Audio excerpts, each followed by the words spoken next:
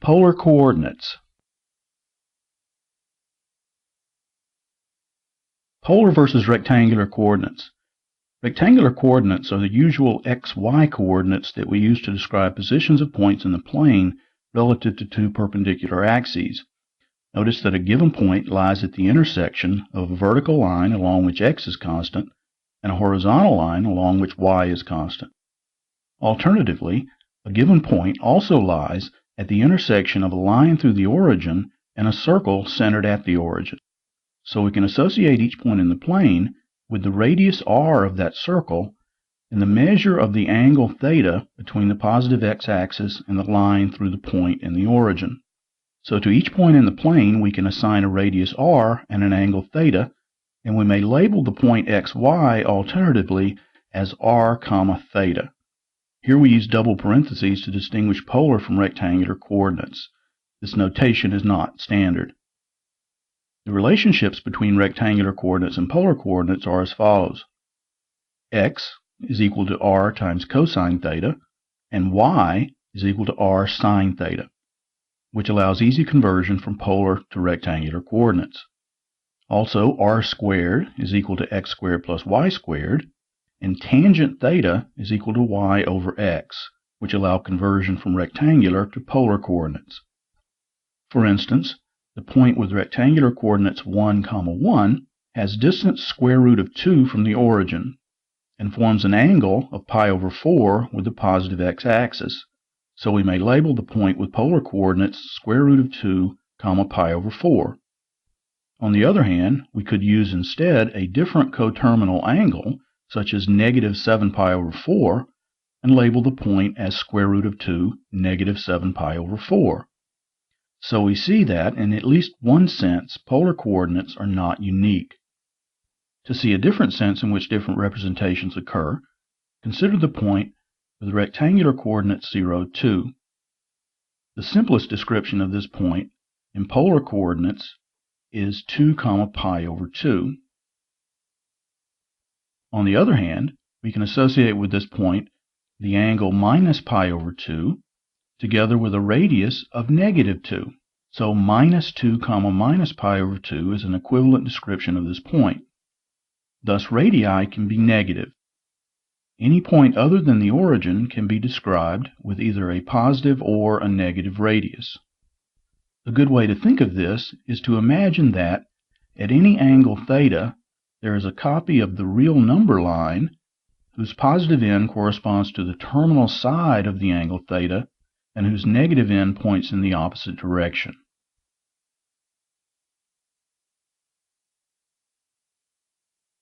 This is a polar grid.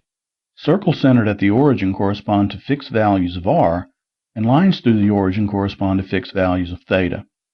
Let's assume that the darker circles here have radii 1, 2, 3, and 4, and let's plot and label a few points.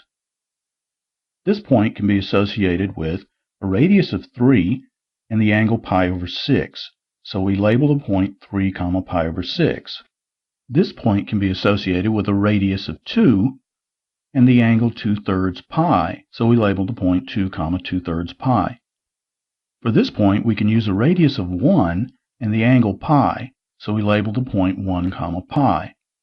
Here we can use a radius of 4 with the angle 5 pi over 4. For this point on the negative y-axis, we can use a radius of 3 and the angle 3/2 pi. Now let's replace the polar grid with a rectangular grid and find the rectangular coordinates of each of these points. Recall the formulas x equals r cosine theta and y equals r sine theta. The point with polar coordinates 3, pi over 6 has x coordinate 3 cosine pi over 6 and y coordinate 3 sine pi over 6, so the rectangular coordinates are 3 times the square root of 3 over 2, 3/2. The point with polar coordinates 2, 2/3 pi has x coordinate 2 times cosine of 2/3 pi and y coordinate 2 times sine of 2/3 pi, so the rectangular coordinates are -1, square root of 3. The point with polar coordinates 1, pi obviously has rectangular coordinates -1, 0. The point with polar coordinates 4, 5 pi over 4 is negative 2 root 2, negative 2 root 2 in rectangular coordinates. And 3, 3 pi over 2 in polar coordinates is 0, negative 3 in rectangular coordinates. Now let's label a few points with rectangular coordinates and then find their polar coordinates. We'll look at 2, 0, 3, 2, negative 1, 3, negative 4, 0, minus 1, minus 1, and 1, negative 2. Here's a polar grid. Now let's recall the formulas r squared equals x squared plus y squared and tangent theta equals y divided by x. The point with rectangular coordinates 2, 0 may be labeled with radius r equals 2 and angle theta equals 0. So the polar coordinates are also 2, 0. The point with rectangular coordinates 3, 2 may be labeled with radius r equal to the square root of 3 squared plus 2 squared equals the square root of 13, and angle theta equal to the inverse tangent of 2/3. The point with rectangular coordinates minus 1, 3 may be labeled with radius r equal to the square root of 1 squared plus 3 squared, or the square root of 10.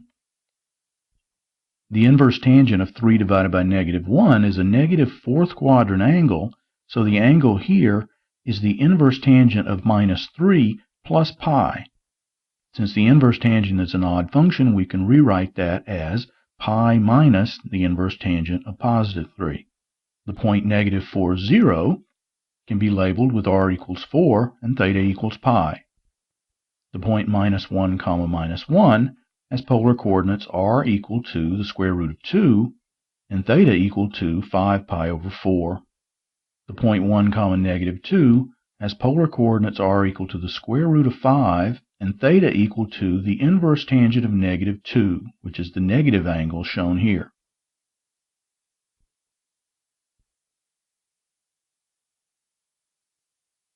Polar equations and graphs.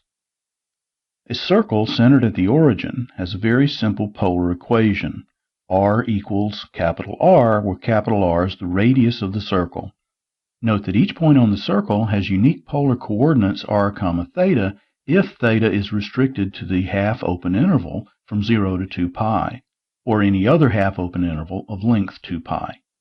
Note also that circles centered at the origin, which correspond to constant values of the polar coordinate r, are polar grid curves or coordinate curves. By restricting the angle theta to shorter intervals, we can describe various parts of the circle. For instance, the top half of the circle here is described by r equals capital R for theta between 0 and pi. Lines through the origin have polar equations that are just as simple. Every point on such a line may be associated with the same angle, theta naught. So an equation of the line is simply theta equals theta naught, and the entire line is obtained as r ranges from minus infinity to infinity. These are also grid curves or coordinate curves since they correspond to constant values of the second polar coordinate theta. Just as we can describe a part of the circle r equals capital R by restricting the free variable theta, we can also describe a segment on a line theta equals theta naught by restricting the free variable r. Here you see the result of restricting r to the closed interval from minus 1 to 1.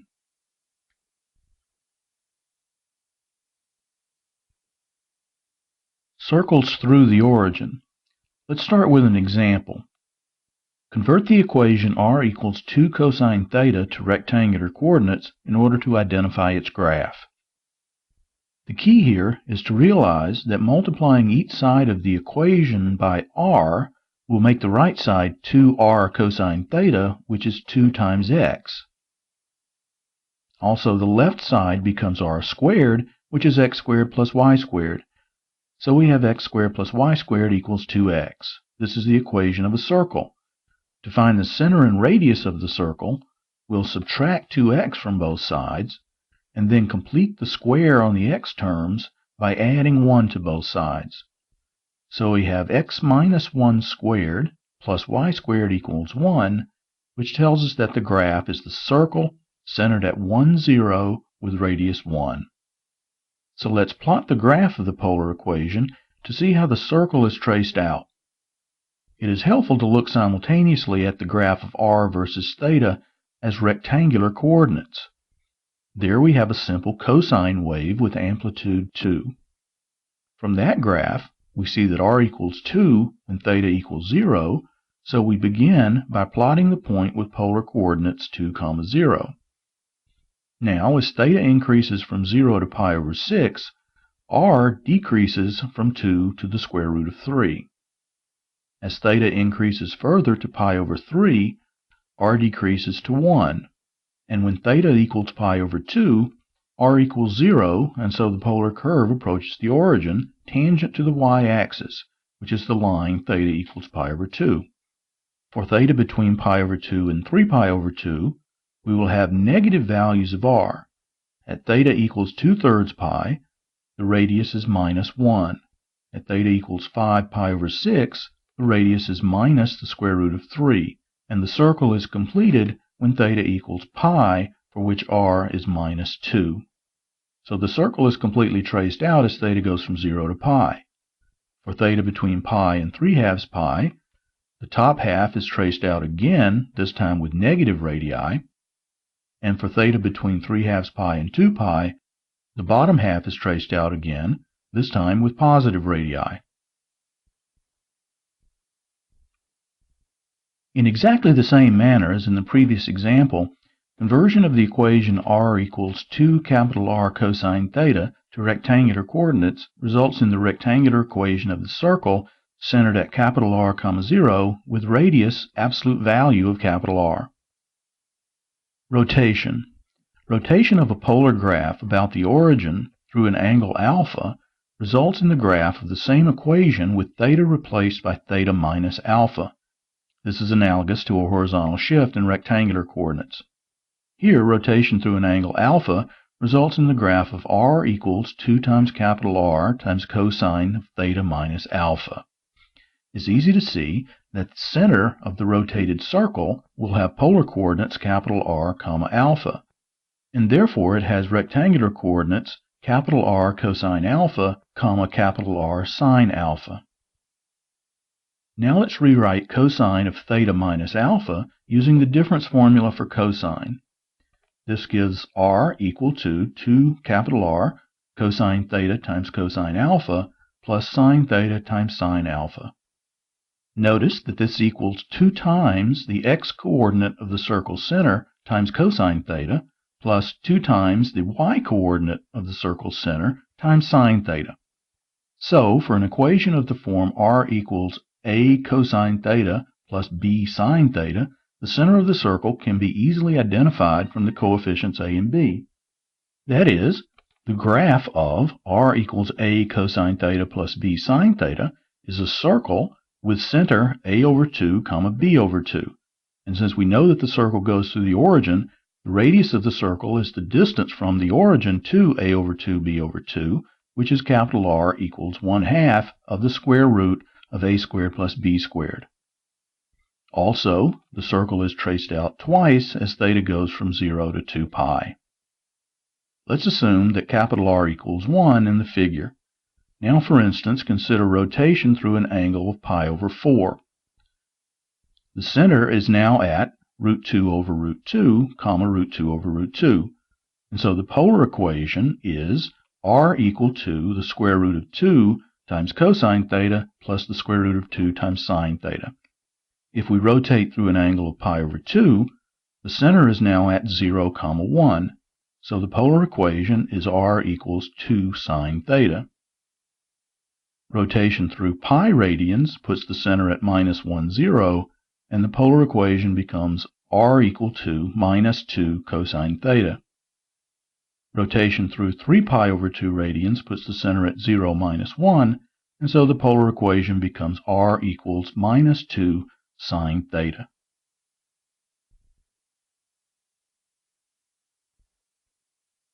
Limicons and cardioids. Let's begin here with an example.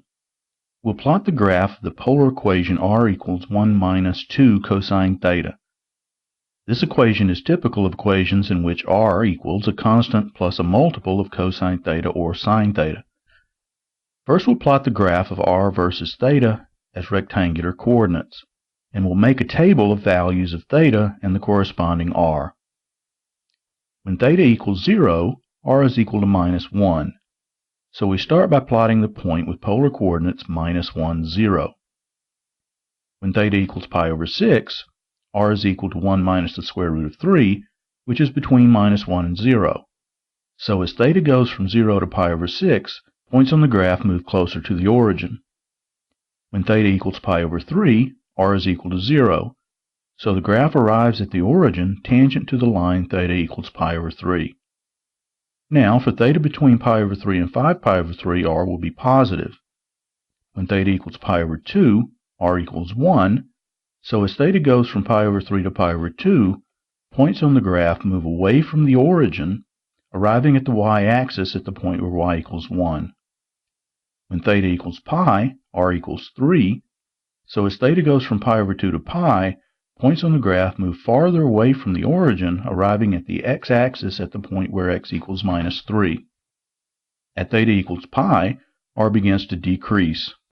When theta equals 5 pi over 4, r equals 1 plus the square root of 2. And when theta equals 3 pi over 2, r is equal to 1. So the graph will cross the y-axis at the point where y equals minus 1. When theta equals 5 pi over 3, r is again 0. So the graph arrives at the origin tangent to the line theta equals 5 pi over 3. For theta between 5 pi over 3 and 2 pi, r will again be negative. At theta equals 11 pi over 6, r equals 1 minus the square root of 3. And at theta equals 2 pi, r equals minus 1, and so the graph ends up where it began. This figure is an example of a limison. Notice the inner loop, which was traced out while r was negative.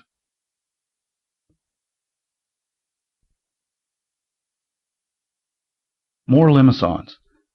Let's plot the polar equation r equals 3 minus 2 cosine theta.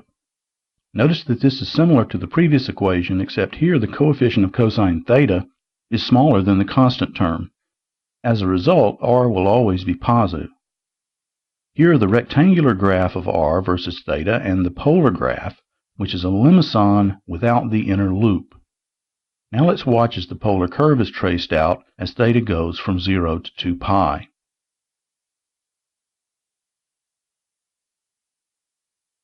Once again.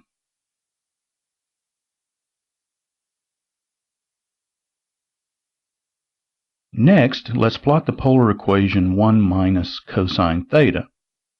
Notice that this is similar to the previous equations, except here the absolute value of the coefficient of cosine theta is equal to the constant term. As a result, r will always be non-negative and will equal 0 when theta equals 0 or 2 pi. Here are the rectangular and polar graphs.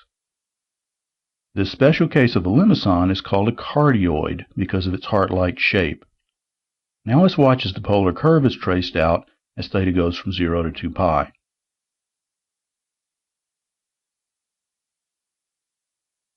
And once again.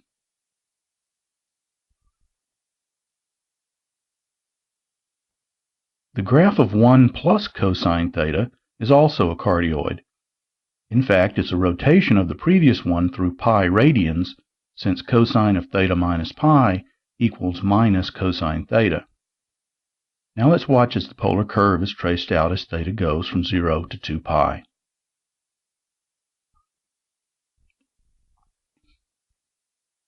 The graph of 1 minus sine theta is also a cardioid. In fact, it's a rotation of the first one through pi over 2 radians, since cosine of theta minus pi over 2 equals sine theta. Now let's watch as the polar curve is traced out.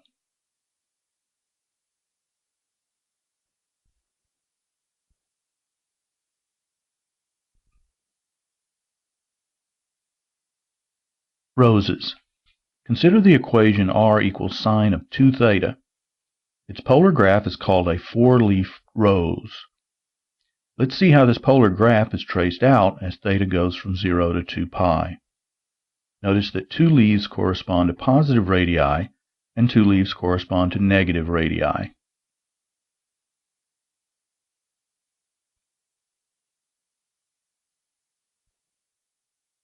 The graph of r equals cosine 2 theta will be the same figure rotated through minus pi over 4 radians, since the sine of 2 times theta plus pi over 4 equals sine of 2 theta plus pi over 2, and that equals cosine of 2 theta.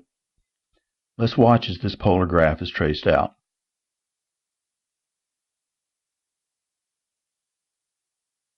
Now let's look at r equals sine of 3 theta.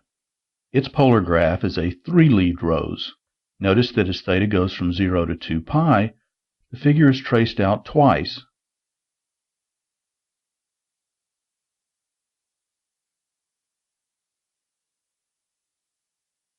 The polar graph of r equals sine of 4 theta is an 8-leaved rose.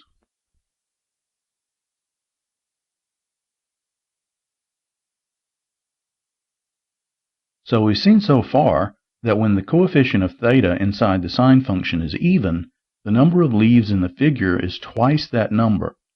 On the other hand, the graph of r equals sine of 3 theta had 3 leaves, and we'll see next that the graph of r equals sine of 5 theta has 5 leaves. And, just as with r equals sine of 3 theta, the rose is traced out twice as theta goes from 0 to 2 pi. In fact, it is true that the graph of r equals sine of n theta, or r equals cosine n theta, is an n-leaved rose if n is odd, and a 2n-leaved rose if n is even.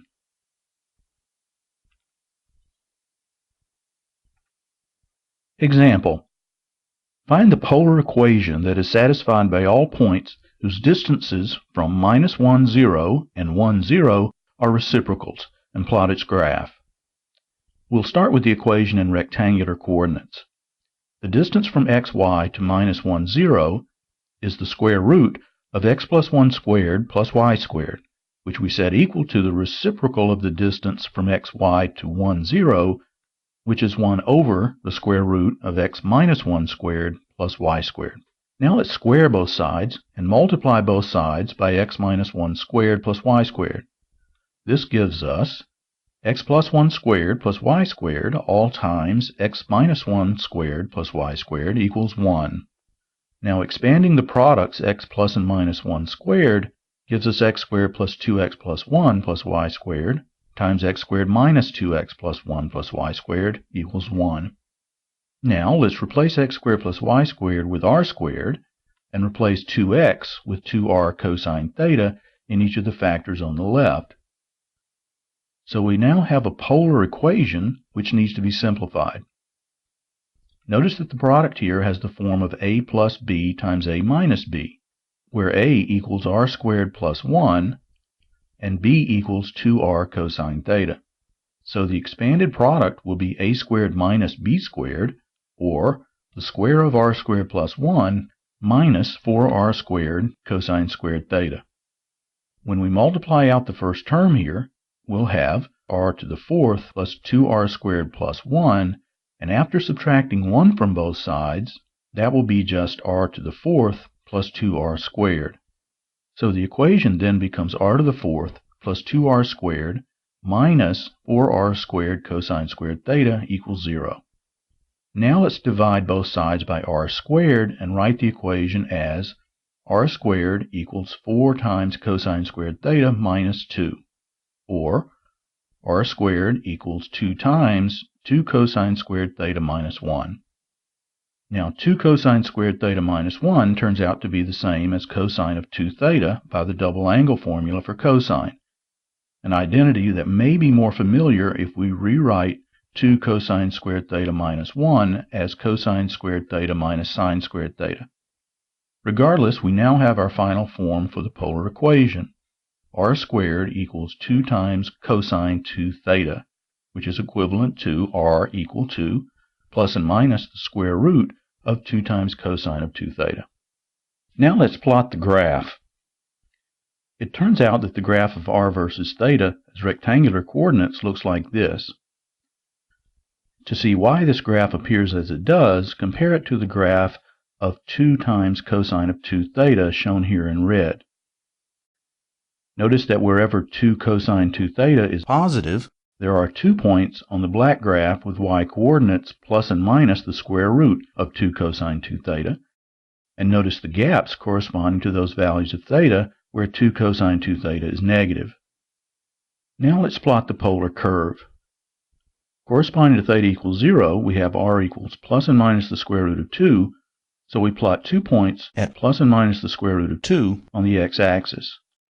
When theta equals pi over 12, we have r equals plus and minus the square root of 2 cosine pi over 6, which equal plus and minus the square root of the square root of 3, or plus and minus the fourth root of 3. Those are roughly plus or minus 1.3, so we plot 2 points somewhat closer to the origin on the line theta equals pi over 12. When theta equals pi over 6, we have r equals plus and minus the square root of 2 cosine of pi over 3, which equal plus and minus 1. So we plot 2 points at distance 1 from the origin on the line theta equals pi over 6. Now notice that r squared decreases to 0 as theta increases to pi over 4. So both parts of the curve we have so far will meet at the origin when theta equals pi over 4. No part of the graph corresponds to theta between pi over 4 and 3 pi over 4, since 2 cosine 2 theta is negative there. At theta equals 3 pi over 4, r squared equals 0, and for theta between 3 pi over 4 and pi, we continue plotting pairs of points, completing the figure as seen here. For theta between pi and 2 pi, we would simply retrace the same figure again. This is a curve known as a lemniscate.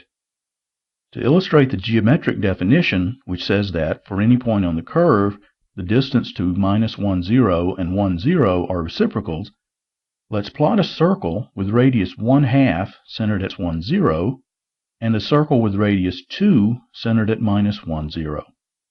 Notice that those circles intersect the lemniscate at the same points. This would be true for any such circles whose radii are reciprocals, provided they intersect the lemniscate at all.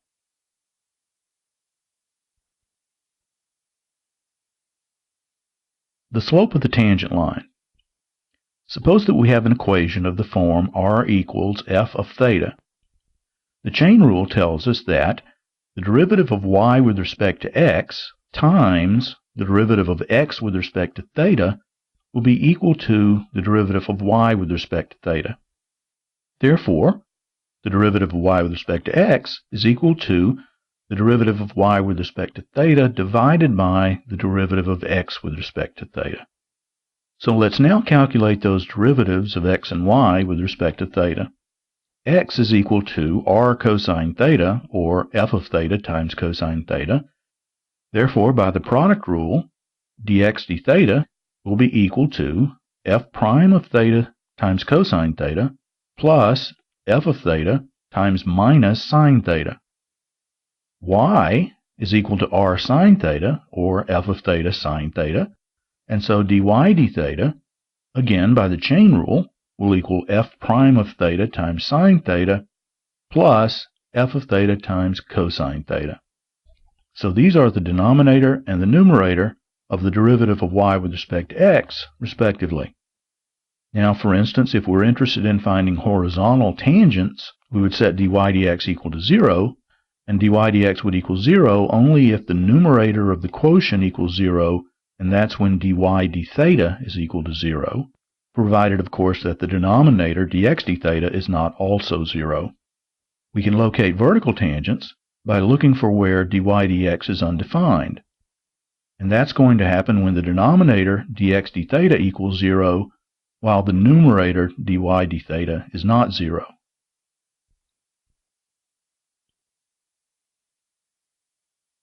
Example. Find the slope of the graph of r equals 1 plus 2 sine theta at the points plus and minus 1, 0. Let's first look at the graph of the equation. It's a limison with an inner loop, and it's symmetric about the y-axis.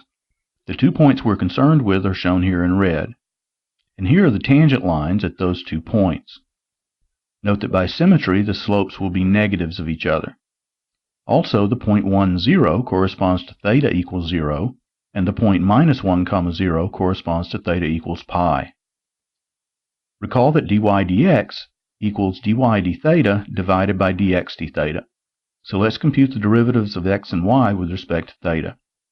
Since x equals r cosine theta, and r equals 1 plus 2 sine theta, we have x equal to 1 plus 2 sine theta times cosine theta. And since y equals r sine theta, we have y equals 1 plus 2 sine theta times sine theta. Now using the product rule, we have dx d theta equal to 2 times cosine theta times cosine theta plus 1 plus 2 sine theta times minus sine theta. And simplification gives us 2 times cosine squared theta minus sine squared theta minus sine theta. Similarly, dy d theta equals 2 cosine theta times sine theta plus 1 plus 2 sine theta times cosine theta, which simplifies to cosine theta times 4 sine theta plus 1.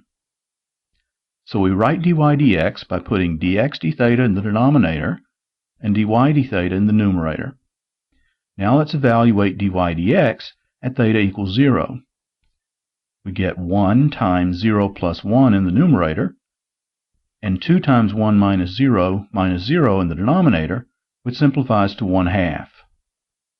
Now let's evaluate dy dx at theta equals pi.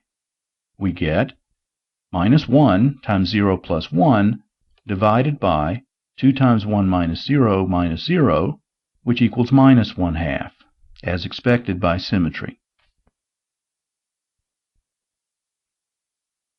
One more example. Let's find the rectangular coordinates of the points on the limicon r equals 7 plus 15 cosine theta, where the tangent line is horizontal. So again, we're dealing with a limicon. This one is symmetric about the x-axis. Here are two of the points we're looking for. These have the same x-coordinates, and their y-coordinates are negatives of each other. There are also 2 points on the inner loop where the tangent line is horizontal. Again, those have the same x-coordinates, and their y-coordinates are negatives of each other. The red point at the top of the limicon will correspond to a first quadrant angle theta and a positive radius r. The red point at the bottom will correspond to a fourth quadrant angle theta and a positive radius r. The blue point at the bottom of the inner loop will correspond to a second quadrant angle theta and a negative radius r. The blue point at the top of the inner loop will correspond to a third quadrant angle theta and also a negative radius r. To find these points, we first need to compute dy d theta, since dy d theta will equal 0 at each of them. We begin by writing y equals r sine theta, with r equal to 7 plus 15 cosine theta. Now by the product rule, dy d theta will equal minus 15 sine theta times sine theta plus 7 plus 15 cosine theta times cosine theta, which equals minus 15 sine squared theta plus 15 cosine squared theta plus 7 cosine theta. And since we want to set this equal to 0 and solve, we'd like for it to be in terms of cosine only. So let's replace sine squared theta with 1 minus cosine squared theta. And now we have a quadratic expression in cosine theta. So by the quadratic formula, dy d theta equals 0 when cosine theta equals minus 7 plus or minus the square root of 7 squared minus 4 times 30 times minus 15, all divided by 2 times 30. The quantity under the radical is 1,849, whose square root turns out to be 43. So the two numbers we have are 36 over 60 and minus 50 over 60, which simplify to 3/5 and minus 5/6. So at each of our 4 points, cosine of theta equals either 3/5 or minus 5/6. Knowing cosine theta is enough to calculate the corresponding r from the formula 7 plus 15 cosine theta. When cosine theta equals 3/5, we have 7 plus 15 times 3/5, and when cosine theta equals minus 5/6, we have 7 plus 15 times minus 5/6. These equal 16 and minus 11 halves, with 16 corresponding to cosine theta equals 3/5 and minus 11 halves corresponding to cosine theta equals minus 5/6. Now we can easily compute x-coordinates from the formula x equals r cosine theta, and we can compute y-coordinates from y equals r times plus or minus the square root of 1 minus cosine squared theta. With r equals 16 and theta equals 3/5, we get x equal to 48 over 5. This is the x-coordinate of both of the red points in the figure. The corresponding y-coordinates are plus or minus 16 times the square root of 1 minus 3/5 squared, which turn out to be plus or minus 64/5. With r equals minus 11 halves and cosine theta equals minus 5/6, we get x equal to 55 over 12. This is the x-coordinate of both of the blue points in the figure. The corresponding y-coordinates are plus or minus 11 halves times the square root of 1 minus the square of 5/6, which turns out to be plus or minus 11 halves times the square root of 11 divided by 6, or plus or minus 11 root 11 divided by 12.